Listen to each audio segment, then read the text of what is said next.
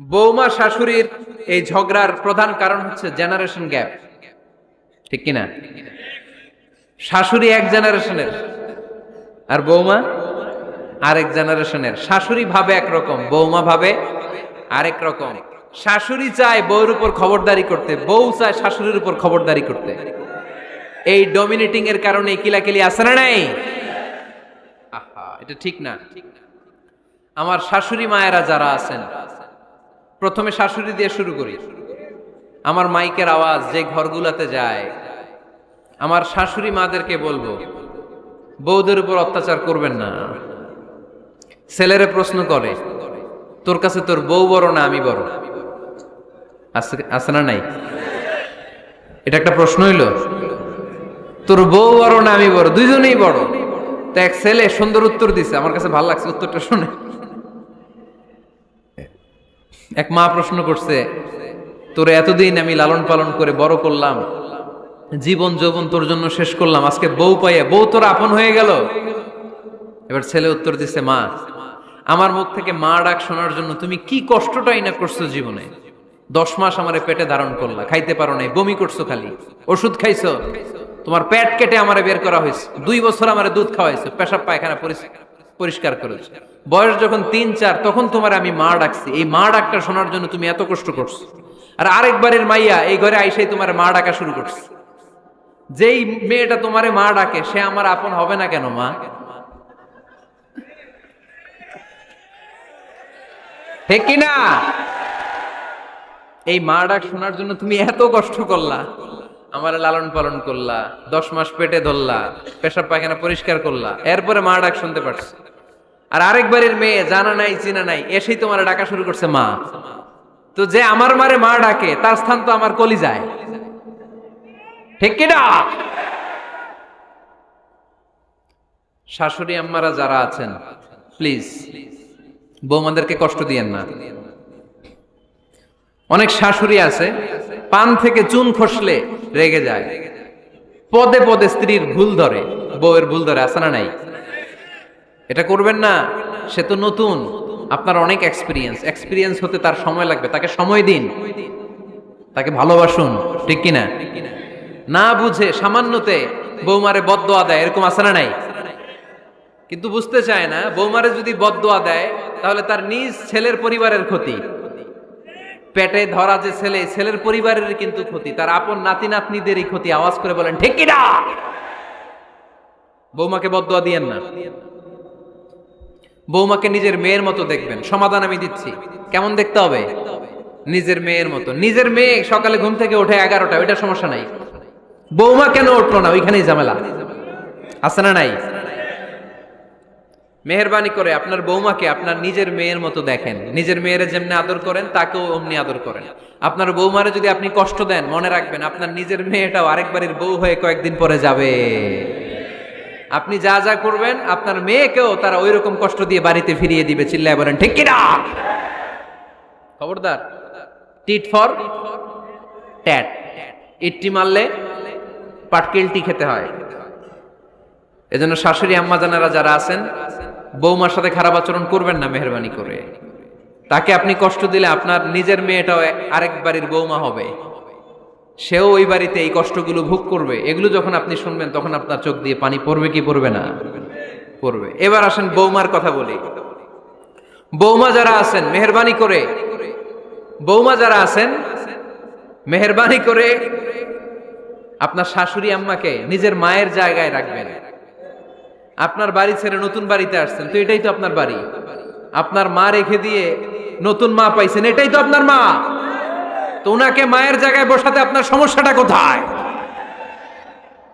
বৌমারা খেয়াল রাখবেন, আপনি আপনার শাশুড়ির সাথে যে আচরণটা করতেছেন, আপনার শেষ বয়সে আপনার ছেলের বিয়ে দেওয়ার পরে যে বৌমাটা আসবে ওই আচরণই আপনাকে ফিরিয়ে দিবে। The nature has its own return. প্রকৃতির একটা মাইর আছে, এটা শেষ মাইর, এটা শেষ খেলা। প্রকৃতির খেলা বড় খেলা। আপনি আপনার শাশুড়ির সাথে যে আচরণ করবেন, আপনার শেষ বয়সে আপনি একদিন শাশুড়ি হবেন, এটা মাথায় রাখবেন। ওই আচরণই আপনি ফিরে পাবেন। আওয়াজ করে বলতে হবে ঠিক কিনা? এজন্য 9 নাম্বার পয়েন্টস হচ্ছে মিউচুয়াল রেসপেক্ট। সবাই যেন সবাইকে ভালোবাসি, দোষ ছাড়া মানুষ নাই, সবার দোষ আছে, আমরা যেন একে অন্যের দোষ না খুঁজি। বৌমারা, আপনাদের কানে যদি আমার মাইকের আওয়াজ যায়, অল্প কিছু টেকনিক অবলম্বন করলে আপনি আপনার শাশুড়ির মন জয় করতে পারবেন। শাশুড়িরা আসলে বেশি কিছু চায় না, আগের জামানার মানুষ তো, এদেরকে ওইভাবে হাত করতে হবে। মাঝে মাঝে একটু শাশুড়ির মাথায় তেল দিয়ে দিবেন, চুলে তেল দিয়ে দিবেন আর কি, মাঝে মাঝে চুল আশ্রয় দিবেন, এগুলো কিন্তু খুব পছন্দ করে শাশুড়িরা। ওনার প্রেশারটা একটু মেপে দিবেন, ডায়াবেটিক্সের ওষুধটা খাইলো কিনা সময় মতো খোঁজ নিবেন, কি পছন্দ করে খেতে একটু রান্না করে দিবেন। যেই বক্তার ওয়াজ শুনতে পছন্দ করে ওই বক্তার ওয়াজগুলো ডাউনলোড করে শাশুড়ি আম্মাকে দিবেন, ইসলামী বই দিবেন। দেখবেন বয়স্ক নারীরা মাহফিল যেতে খুব পছন্দ করে, ওয়াজ শুনতে খুব পছন্দ করে, নবীদের কাহিনীগুলো শুনতে পছন্দ করে।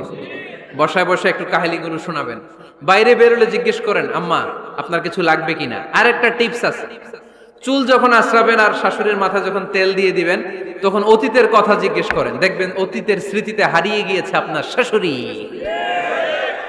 কি জিজ্ঞেস করবেন জানেন? জিজ্ঞেস করবেন, আম্মা জান, মুক্তিযুদ্ধের সময় আপনার বয়স কত ছিল?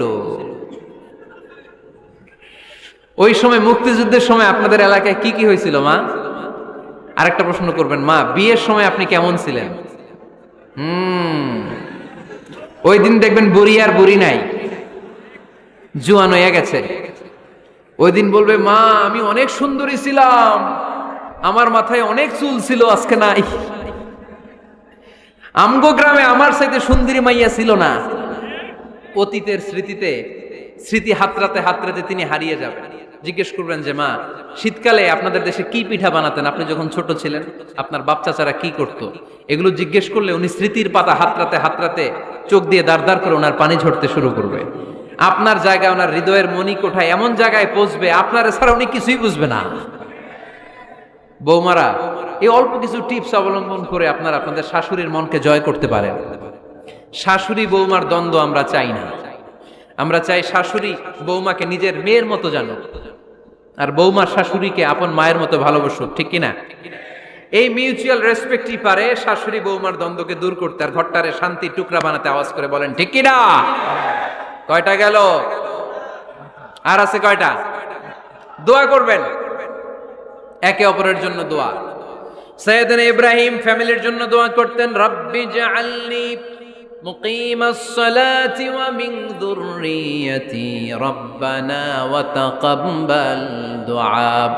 ও আল্লাহ, আপনি আমার নামাজ কায়েমকারী বানান, আমার কলিজার টুকরা সন্তান ইসমাইলকেও নামাজ কায়েমকারী বানান, আমার দোয়াটা আপনার দরবারে আপনি কবুল করে নেন। সুবহানাল্লাহ পড়েন। রব্বানা ইন্নী আসকানতু মিন যুররিয়াতি বিওয়াদিন গায়রি যী যারইন ইনদা বাইতিকাল মুহাররাম। ও আল্লাহ, আমার সন্তান সন্ততি, আমার ফ্যামিলিকে ধুধু মরুপ্রান্তর এই উপত্যকার মধ্যে তোমার কাবা ঘরের সামনে রেখে গেলাম, তাদেরকে তুমি নামাজ কায়েমকারী বানিয়ে দিও। গোটা বিশ্বের সব মানুষের অন্তর আমার ফ্যামিলির দিকে আল্লাহ তুমি ঝুঁকিয়ে দিও। ওয়ারযুকহুম মিনাস সামারাত, ফলমূল দিয়ে আল্লাহ তুমি তাদেরকে রিজিকের ব্যবস্থা করে দিও। তার মানে সব নবীরা তাদের পরিবারের সদস্যদের জন্য দোয়া করতেন কি করতেন না? আবার কোরআন আমাদেরকে শিখালো, রব্বানা হাব লানা মিন আজওয়াজিনা ওয়া মিন যুররিয়াতিনা কুররাতা আ'য়ুন ওয়াজআলনা লিল মুত্তাকিনা ইমামা। ও আল্লাহ, এমন নেককার সন্তান, এমন নেককার স্ত্রী আপনি আমাকে দান করেন যাদের দিকে তাকালে আমার চোখ দুইটা ঠান্ডা হয়ে যায়। চক্ষু শীতলকারী স্ত্রী দেন। বিয়ে যাদের হয় নাই, ইয়াং ছেলেরা এই দোয়াটা করবা। বিয়ের জন্য দোয়ার দরকার আছে না নাই? প্রতিদিন এই দোয়া করবা, আল্লাহ এমন স্ত্রী দেন, এমন জীবন সঙ্গিনী আপনি আমাকে দেন, এমন লাইফ পার্টনার দেন যার দিকে তাকালে আমার চোখ জুড়িয়ে যায়। এমন সন্তান আল্লাহ আপনি আমার ফ্যামিলিতে দেন যাদের দিকে তাকালে আমার চোখ দুইটা ঠান্ডা হয়ে যায়। নেককার সন্তান, নেককার স্ত্রী আল্লাহর কাছে দোয়া করে চেয়ে নিতে হয়। তাহলে ফ্যামিলি মেম্বার একে অপরের জন্য দোয়ার দরকার আছে না নাই? বাবা দোয়া করবে ছেলের জন্য, ছেলে করবে বাবার জন্য, মা দোয়া করবে মেয়ের জন্য, মেয়ে করবে মায়ের জন্য, ভাই করবে বোনের জন্য, বোন করবে ভাইয়ের জন্য। দোয়ার দরকার আছে না নাই? দোয়া করবেন সবাই সবার জন্য। এই যে কোরআনের বঙ্গানুবাদ পাওয়া যায় না এখন, কথা বলেন, স্মার্টফোন আছে কার কার দেখি? হ্যাঁ, কারা কারা স্মার্ট দেখি? হাজার হাজার স্মার্ট, মাশাআল্লাহ। এই স্মার্টফোনের ভেতরে আল কোরআন নামে বাংলায় কোরআনের একটা অ্যাপস পাওয়া যায়। কথা বলেন, পাওয়া যায় কি যায় না? আজকে থেকে এই অ্যাপসটা ডাউনলোড করে প্রতিদিন 1 আয়াত 2 আয়াত 3 আয়াত করে পড়া শুরু করে দেন। বাঁচতে হলে পড়তে হবে, বাঁচতে হলে জানতে হবে, ঠিক কিনা? এই স্লোগান আমাদেরকে শিখায়। এই স্লোগান তো আল্লাহ, এই স্লোগান দিয়েই তো আল্লাহ কোরআন শুরু করছে। ইকরা বিসমি রাব্বিকাল্লাযী খালাক। বাঁচতে হলে জানতে হবে, বাঁচতে হলে পড়তে হবে, পড়ার কোনো বিকল্প নাই। আওয়াজ করে বলেন ঠিক কিনা? সুজানগরের রায়েরা, মোবাইলের অ্যাপসের ভিতরে আমরা কোরআন রাখতে রাজি আছি তো সবাই? হাদিসের অ্যাপস ডাউনলোড করতে রাজি আছি তো? বাস রাজি আছি, ডাউনলোড করে রাইখা দেবো, আর কেউ পড়বো না নাকি? হ্যাঁ, প্রতিদিন একটা আয়াত হলেও যেন আমরা পড়ি। আল্লাহ যা বলা দরকার সব বলে দিয়ে গেছে, নতুন করে আর কিছু বলবে না। আমরা যেন পড়াশোনা করি, আমরা যেন একটা পাঠাগার বানাই। আবারও কখনো আসার সুযোগ হলে আমি জিজ্ঞেস করবো, যদি আমার মনে থাকে, যে আপনাদের পাঠাগার আছে কার কার ঘরে?